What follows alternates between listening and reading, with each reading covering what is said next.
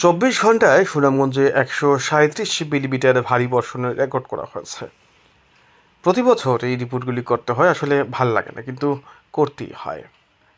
সুনামগঞ্জের পানি উন্নয়ন বোর্ডের পরিসংখ্যান পর্যালোচনা করে দেখা গেছে 24 ঘন্টায় সুনামগঞ্জে 137 মিলিমিটার ভারী বর্ষণের তথ্য পাওয়া গেছে।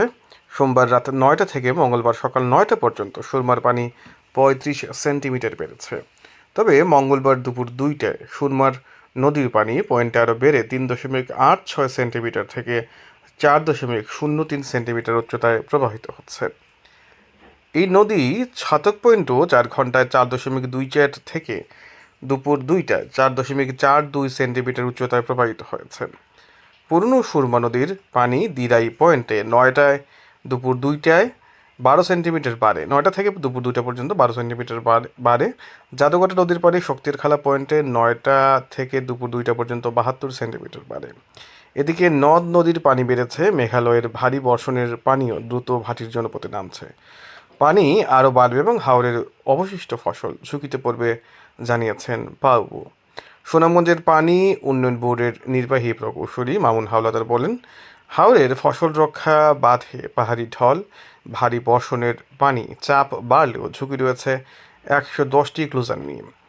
মঙ্গলবার সকালে মধ্যনগরের যে বাঁধ ভেঙেছে সেটি পাউবুর বাঁধ নয়, স্থানীয় বাঁধ। তবে নদ নদীর পানি বাড়ছে। আগামী 30 এপ্রিল পর্যন্ত পাহাড়ি ঢল বর্ষণের পানিতে বন্যার আশঙ্কা রয়েছে বলে তিনি জানান। তার সাথেও হাওরের ফসলের ঝুঁকিতে রয়েছে। এই হচ্ছে বর্তমানের সুনামগঞ্জের অবস্থা। মধ্যনগরের এরনবিল হাওরের বাঁধ ভেঙে ফসল ডুবির ঘটনা বিষয়ে জানা গেছে যে এই হাওরে 114 হেক্টর জমির মধ্যে 50 হেক্টর জমির ধান কাটা হয়েছে। অবশিষ্ট যা ধান রয়েছে তা দ্রুত কাটার চেষ্টা চলছে, কিন্তু পানি তো ঢুকে যাচ্ছে। অপরদিকে সুনামগঞ্জের যে বিভিন্ন নদ নদী সেগুলো তো পানি কিন্তু বাড়ছে, ক্রমান্বয়ে বাড়ছে।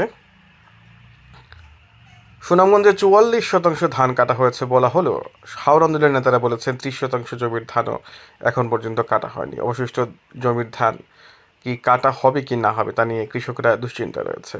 সুনামগঞ্জ জেলার মধ্যনগর উপজেলার এরনবিল ইকুরচুর হাওরের ইকরাসই হাওরের স্থানীয় বাঁধ ভেঙে পানি ঢুকেছে। হাওরটিতে 60 হেক্টর জমির ধান তলিয়ে গেছে। গতকাল সকাল থেকে হাওরে পানি ঢোকা শুরু করেছে। এদিকে পানি উন্নয়ন বোর্ডের বন্যা সতর্কীকরণ কেন্দ্রের আবহাওয়া পূর্বাভাসে বলেছে 28 এপ্রিলের মধ্যে পাকা ধান কেটে তোলার আহ্বান জানিয়েছিলেন।